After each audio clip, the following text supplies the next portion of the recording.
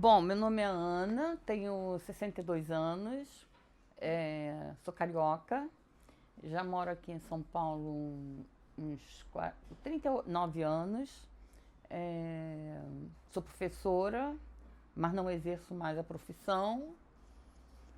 Tenho dois filhos, um filho de 39 e outra de 37. Tenho dois netos. Devo ter vindo para cá com uns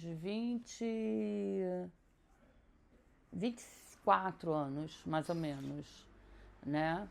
E cheguei aqui, não conhecia ninguém, nunca tinha estado em São Paulo e comecei a fazer novos amigos, né, que se viraram família hoje, né?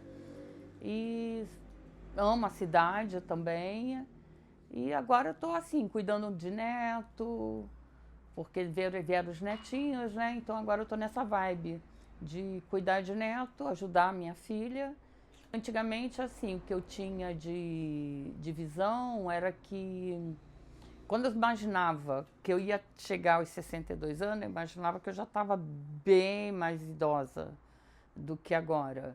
A sensação que eu tinha é que 62 anos, na época que eu era jovem, era uma coisa. Era velha mesmo. E hoje a gente vê que não é tão assim, tão assustador como se a gente fazia isso na cabeça de 62 anos ser velho. Hoje a gente consegue, né, fazer as mesmas coisas com algumas limitações de que tinha as visões, os sonhos continuam, né? Acho que o segredo é esse, é você não perder o seu sonho, não perder objetivos na vida.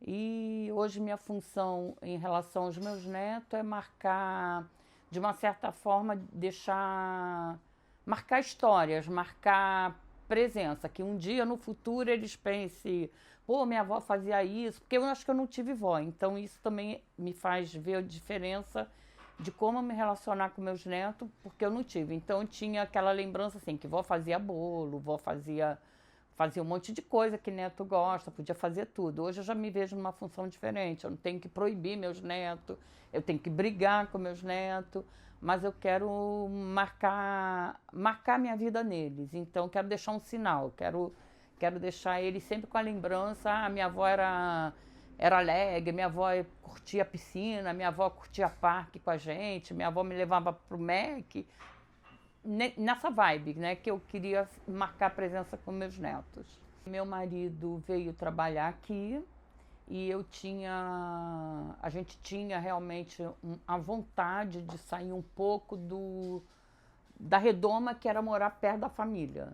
Então a gente tinha aquela vontade de querer ter a nossa independência, porque na época nós nos casamos muito novos, né? Eu tinha 17 anos, ia fazer 18 assim, eu casei em fevereiro, faltavam 3 meses para me fazer 18 anos.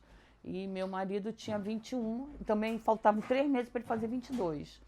Então, os nossos pais foram meio que assim, tipo, eles não conseguiram cortar aquele laço de que a gente estava formando outra família. Meu pai me ofereceu dinheiro para ficar no Rio, me ofereceu casa para ficar no Rio. A minha sogra ficou doente, o meu sogro ficou achando que a gente era ingrato.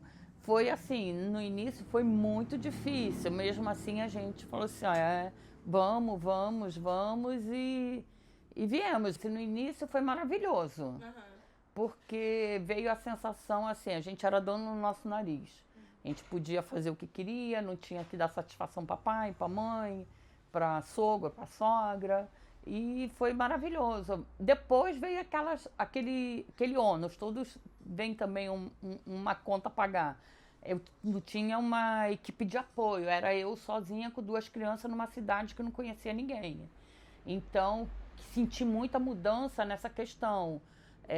Eu tinha muita amizade lá e cheguei aqui, não tinha uma rede de apoio, os vizinhos aqui, quando eu vim para cá, eram pessoas mais fechadas na sua rotina, né? Todo mundo acordava, ia trabalhar, então eu fui morar num prédio, então a gente não fez um elo de amizade logo no início. Aí depois é que a gente foi criando o elo de amizade e aí sim, aí ficou ótimo. E hoje a gente não vê possibilidade de sair, só de passear na nossa cidade. Eu que pedi meu marido em namoro, né? E ele? Porque era assim, tipo, ele era muito tímido. E aí todo mundo falava pra mim que ele gostava de mim. Eu namorei um colega dele, ele namorou uma colega minha. E só que assim, era namorinho besta, 14 anos, né? E, e aí todo mundo, e eu tava gostando dele.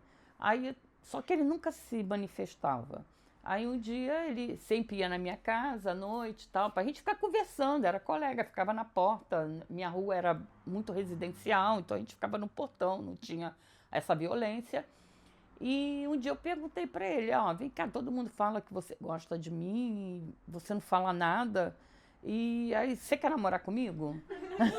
Aí pegou, aí ele aproveitou que ele era tímido, quero. Aí a gente começou a namorar. E depois de. Aí foi. Por que, que eu casei cedo? Porque ele falou que tinha arranjado um estágio em São Paulo e que ia ter que vir para cá. E a gente ficou na. Eu fiquei. Bom, agora ele vai para lá. Eu não vou poder acompanhar, porque meus pais não deixavam nem. Tipo, eu dormia na casa dele, quanto mais eu ir para um outro estado com ele. Então eu fiquei assim, bom, então agora o que, que a gente vai fazer da nossa vida? E aí ele pegou, a gente começou a pensar, meu pai só vai deixar eu sair daqui se eu casar. E foi aquela coisa doida de tipo, então vamos casar. Aí resolvemos que a gente ia casar. E aí nós nos casamos, só que esse estágio que ele falou, ele demorou 2 anos para sair. Então eu não precisava nem ter casado 2 anos antes.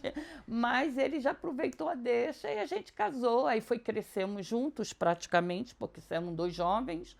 E fomos nos moldando ao jeitinho do outro, não sei o quê, mas cada um com a sua independência, cada um com um temperamento totalmente diferente.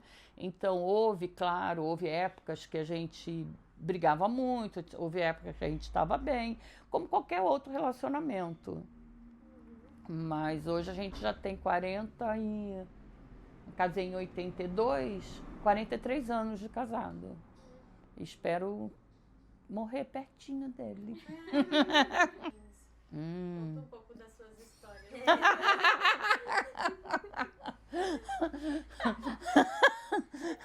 Eu gosto de um barzinho, eu gosto de tomar minha cervejinha, eu gosto de roda de amigos, adoro. É, gosto de estar com gente. Eu gosto de bagunça, gosto de auê. Então, às vezes assim, as pessoas podem me olhar e falar assim, meu, ela não se enquadra com aquela turma. Mas eu me enquadro, eu acho que eu sou perfeita para aquela turma que gosta de bagunça, que é mais nova. Meus amigos são tudo mais novos. Eu não tenho amigo de 62 anos, 70 anos, é tudo. Eu ando sempre com gente mais nova, que é o que eu gosto. Então, eu dou muito apoio para minha filha. Então, tipo, eu levava não, eu buscava meus netos na escola, agora eu já não busco, mas eu levo para natação, levo para o jiu-jitsu, brinco muito com eles, tenho toda uma atividade de casa, tenho tipo, a minha necessidade de fazer meu exercício, né? De tentar cuidar. Agora eu estou numa vibe de tentar cuidar mais da minha saúde, que eu também fui muito relapsa.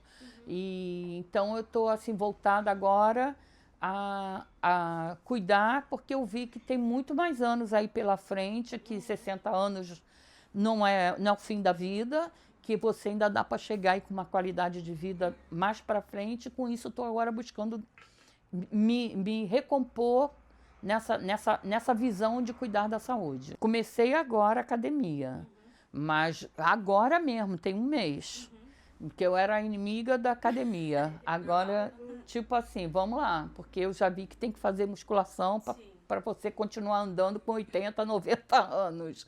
Então, quer dizer, eu quero ter essa condição, locomoção de ter envelhecer com dignidade, né?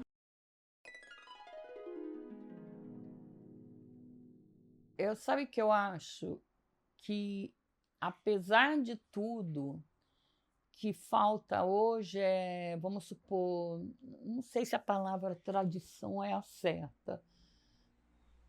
A liberdade é tão grande que às vezes falta um pouco de elo também com a família. Então, assim, vamos supor, eu vejo hoje, eu não cobro nada de presença dos meus filhos. Minha filha é casada, tem a vida dela, tem os compromissos dela, eu não cobro. Mas a gente tenta fazer, pelo menos, ter apesar de eu estar todo dia na casa dela, eu quero ter um almoço em família de todos juntos. Então, tipo, eu não faço aquela coisa que meu pai fazia, que todo domingo tinha que estar junto. Uma vez por mês a gente vai estar junto. Se naquele uma vez por mês não deu para ela, tá beleza, não há cobrança, mas a gente tem que ter esse esforço maior. Então, esse eu acho que é uma coisa que falta às vezes agora, por muitos compromissos que vocês têm. Muito, nossa, a vida sobre o trabalho consome muito, né? Você fica muito envolvida com o trabalho. O celular consome muito. Você está numa mesa, está todo mundo com o celular, não conversa. Então, eu faço questão de uma vez por mês a gente estar junto para almoçar, para conversar como é que está a tua vida, o que você vai fazer e tal. Conversar, sair do celular. Seja 1 hora, 2 horas, eu acho isso importante. Então, eu não sei se isso eu posso colocar como é uma tradição, não sei, eu acho costume, não sei, mas raízes. Construir raízes, eu acho que ainda tem que ter isso na família e manter. Que não seja família que possa se reunir todo final de semana, beleza, é opção de cada um. Na minha casa não funciona porque a vida deles são muito corrida, então acaba sendo, a gente fez meio que tipo uma vez por mês tem um almoço, mas eu tenho contato com ela, com meu filho diário, mas sem ter aquele momento de lazer, de descontração. Acho que a gente vê um mundo, tem que deixar uma marca na história. Eu acho que a gente também tem que cuidar disso. Não é que você, eu sei, tem que ser obrigatoriamente, tem que ser feliz. Não, não é. Mas você tem que fazer alguma coisa, ter um olhar para um outro também com respeito, com empatia, né? Então, acho que isso faz muita falta no indivíduo, seja velho, seja novo, não ser egoísta. Tem alguma coisa que você quer dizer para encerrar? Eu achei lindo o título de vocês, que eu não entendi, 60 mais ou menos. Eu achei lindo esse olhar, né? Que eu acho que até vai, de repente, não sei quantas pessoas vocês já entrevistaram, mas deve ter muito conflito até com o que vocês pensam, até com o que eu falei, deve ser muito diferente do que hoje tem na cabeça de vocês. Mas eu acho legal vocês terem essa experiência e eu também adorei. Ainda mais assim, uma profissão que vocês estão escolhendo, que eu não conheço nenhum cineasta. Gente, eu não conheço. Eu só conheço gente como a gente. Vocês são artistas. Eu não conheço. Obrigada, tia. Adorei.